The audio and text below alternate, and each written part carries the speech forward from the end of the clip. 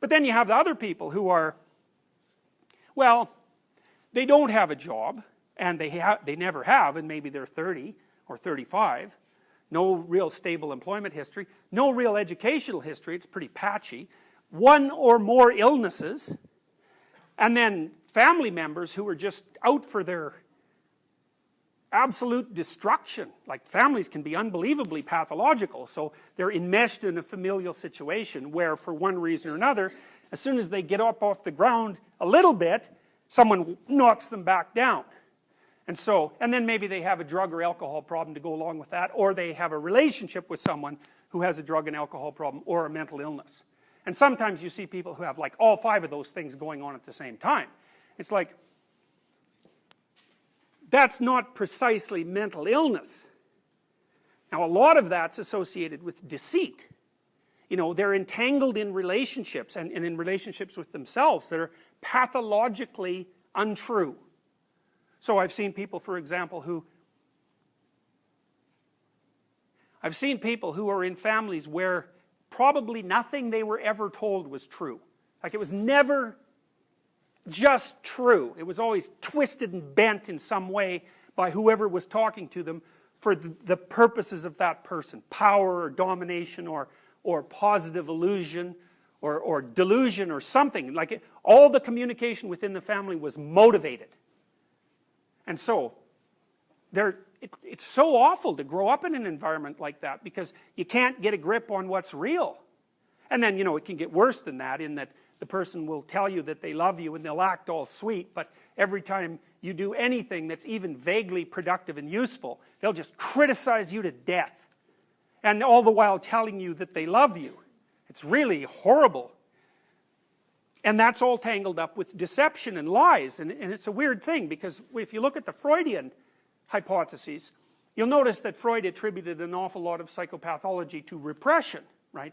But I think the distinction between repression and self-deception or deceit is very permeable. It's like, what's the difference between repressing something and lying to yourself about it? Well, Freud would say often that repression occurs unconsciously, but I really wonder about that. I think that what happens is that something happened or you did something that you don't like and it's bothering you, and you could think it through, but you just decide not to. You just don't think it through, so it's left vague and uncertain and, you know, it's fairly emotionally salient, but you just refuse to think it through, and you practice doing that until you've built up a habit of not thinking that through, and then you forget that you've built up the habit, and then it's like it's being repressed unconsciously. But I think that you know, or at least you knew when you first did it. And so, you know, when you meet people who are acting in a twisted and peculiar way, and you ask yourself, they're very manipulative, say, you ask yourself, well, do they know what they're doing? The answer to that could be, well, no. But another answer could be, yeah, but they knew once. They knew when they made the decision to start acting like that, but after they did it 100 times or so and made it into an automatic routine, well, then they forgot its origin and now it runs autonomously. And so now they don't know, but they did know. And so, you know, this is the sort of point, and this is the real point of the existentialists, where clinical psychology and the claims of morality start to become very tightly aligned. And it's something that the psychiatric and psychological industries, so to speak, don't really tackle head on. My experience has been that in these situations, for example, where the person has 5 terrible things going on in their life, that there's just deception twisted in and strewn in all of that. People are betraying each other, you know, there's no fidelity in the relationships, there's no clear and genuine communication, everything's manipulation, no one admits to what they're really up to. You know, there's a lot of false and saccharine love, which has absolutely nothing to do with love. It's all for appearance. You know, and you cannot be healthy in a situation like that. I don't think, in my experience, you know, apart from terrible luck, because, you know, you can get cancer, diabetes, or any number of awful things. In my experience, apart from the tragedies of life, there is nothing that hurts people more than deception. Lies do people in. And that's an existentialist claim.